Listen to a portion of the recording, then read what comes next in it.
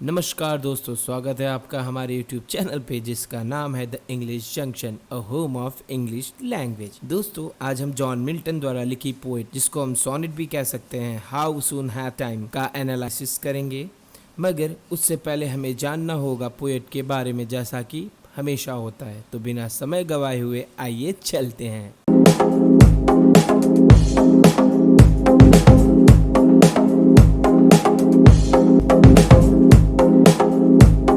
John Milton का जन्म 1608 London में हुआ था। वो अपने इरा के बहुत ही रिनाउंड व्यक्तियों में से थे। आप कह सकते हैं वो बहुत ही प्रसिद्ध व्यक्तियों में से थे और उनकी फैमिली बैकग्राउंड बहुत ही रिच फैमिली से बिलोंग करती थी और वे इंग्लैंड में पार्लियामेंट्री रूल लाने के बहुत ही ज्यादा समर्थन में थे। उनका मानना था कि रॉयल फैमिली को बिल्कुल भी कंट्री को नहीं चलाना चाहिए और जो भी डिसीजन होने चाहिए वो पार्लियामेंट के थ्रू ही होना चाहिए। लेकिन ये जो पोएट्री है वो उनके मैच्योर लाइफ की नहीं है, उनके लेट यूथ लाइफ की है। तो ऐसा हम कह सकते हैं हाउ सून हैव टाइम जो पोएट्री है वो उनके 23rd बर्थडे पे लिखा गया है। तो ये उनके प्री मैच्योर लाइफ की स्टार्टिंग पीरियड का टाइम है।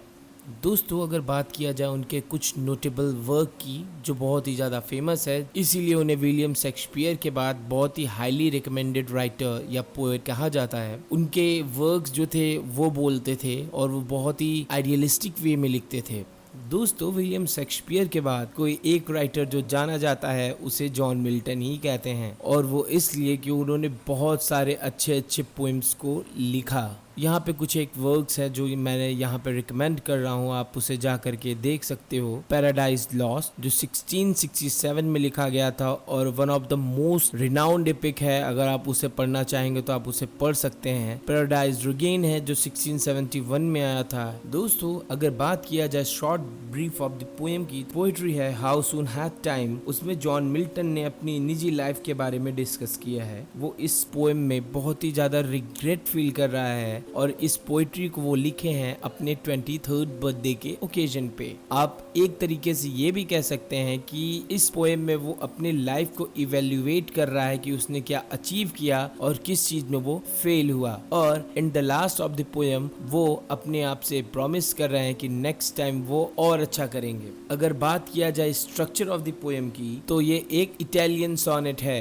इटालियन सोनेट जो 14 लाइन की होती है, ये 2 पार्ट्स में डिवाइड होती है। पहला ऑक्टेव और दूसरा सेस्टेट। ऑक्टेव में जो राइटर होता है वो क्वेश्चन रेज करता है, सिचुएशन क्रिएट करता है, और सेस्टेट में वो उसी क्वेश्चन का आंसर देगा या किसी सिचुएशन का सॉल्यूशन बताएगा। ऑक्टेव की राइमिंग होती है ABB AABB, whereas सेस्टेट की राइमिंग कई राइटरों ने अलग अलग लिखी है। अगर हम बात करें इस पोएम की, तो यहाँ सेस्टेट की राइमिंग है CDE CDE, कहीं कहीं CD भी होता है। तो वो एक अलग पॉइंट ऑफ व्यू है। जब हम टर्मोलॉजी को डिस्कस करेंगे तब किसी नेक्स्ट वीडियो में हम उस चीज़ का डिस्कशन कर सकते हैं।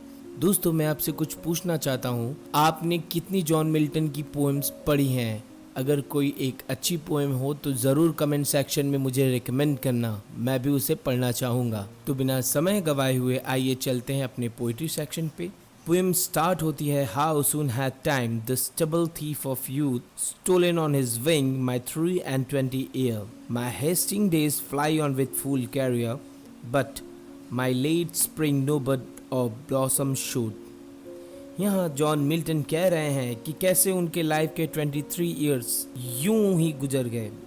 उन्हें पता भी नहीं चला, ये तो ऐसे ही कट गए। उनका यूथ जो है अब खत्म होने को आया है। वो ये कह रहे हैं कि ये जो टाइम है वो एक साइलेंट थीफ की तरह काम कर रहा है। एक्चुअली इन शॉर्ट वो ये कह रहे हैं कि उनके 23 इयर्स ऐसे चले गए कि पता नहीं चला। यह पोएट रिग्रेट कर रहा है कि उसका बीता हुआ समय जो अब वापस नहीं आ सकता, जो उसने बर्बाद कर दिया, उसी के बारे में वो यहाँ रिग्रेट कर रहे हैं। एक्चुअली इन शॉर्ट देखा जाए तो ये ठीक भी है, टाइम को वेस्ट करना it's not a good thing. अगर हम बात करें आगे तो वो कहते हैं कि इन फ्यूचर अब वो टाइम को स्पॉइल नहीं करेंगे, वो उसका एक अच्छी तरीके से ड्राइविंग वे में यूज करेंगे और कुछ आउटकम प्रोड्यूस करेंगे। आगे की लाइनों में वो लिखते हैं, Perhaps my semblance might deceive the truth that I to manhood am arrived so near, and inwards ripeness doth much less appear, that some more timely happy spirit endued.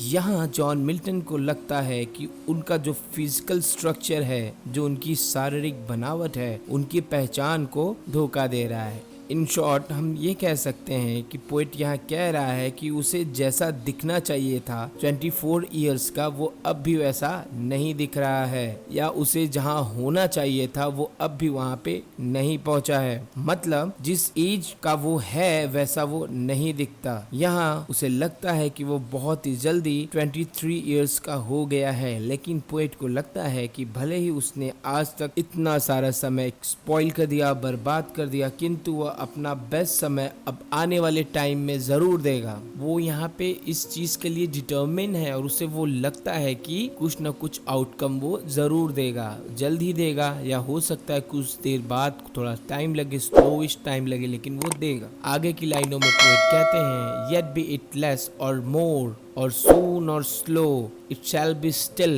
in strictest measure even to that same lot, however mean or high, towards which time leads me and the will of heaven. All is, if I have grace to use it so, as ever in my great taskmaster's eye. यहाँ poet को इस बात का regret है कि God ने जो उसे पोएटिक पावर दी, गॉड ने जो उन्हें शक्तियाँ दी यूज करने के लिए, लिटरेरी सेंस दिया, उसका उन्होंने बहुत ही अच्छा प्रयोग नहीं किया। इस चीज को लेकर के पोएट बहुत ही ज्यादा ऑन्शियस है, और वो इस बात के लिए भी ऑन्शियस है, चिंतित है कि जब उसका लास्ट डे आएगा, जिसको जजमेंट डे भी कहते हैं, तो भगवान के सामने जा करके क्या मुंह दिखाएगा, उन्हें क्या आंसर करेगा कि जब भगवान उनसे पूछेंगे कि मैंने तुमको इतना अच्छा लिटरेरी सेंस दिया, तुम्हें पोएटिक पावर दी, लेकिन तुमने उसका यूज ही नहीं किया। Suddenly as I told you before कि सेस्टेट में जो राइटर है, जो पोएट है, वो कुछ सोल्यूशन देता है, कुछ आंसर देता है, तो वो यहाँ पे वो इस चीज का सोल्यूशन दे रहे हैं। एट लास्ट वो यहाँ पे कह रहा है, किंतु यहाँ पोएट जो है वो इस चीज को लेकर के आश्वस्त हो जाता है कि टाइम रहते वो इस बात को समझ गया है, उसने ज्यादा टाइम स्पॉइल नहीं किया है, और जल्द ही अब वो अपने गॉड्स की दी हुई पावर को यूज करेगा और उससे कुछ आउटकम लाएगा। टास्क मास्टर जो है यहाँ पे वो गॉड को रेफर कर रहा है, जिससे कि गॉड की नजरों में वो ऊंचा उठ सकेगा। इस पोएम में हमें दिख रहा है कि पोएट को भगवान के ऊपर बहुत ही ज्यादा फेथ है। ऐसा हम जॉन मिल्टन के सभी पोएट्रीज में देख सकते हैं। थैंक्स फॉर वॉचिंग दोस्तों। अगर आपको इस वीडियो में ज़रा भी कुछ हेल्पफुल इंफॉर्मेशन मिली हो तो इस वीडियो को लाइक ज़रूर कर देना, शेयर कर देना, और हाँ, अपने उंगलियों से सब्सक्राइब बटन को रेड ज़रूर करके जाना, क्योंकि रेड मुझे बहुत ही ज़्यादा पसंद है। Thank you very much.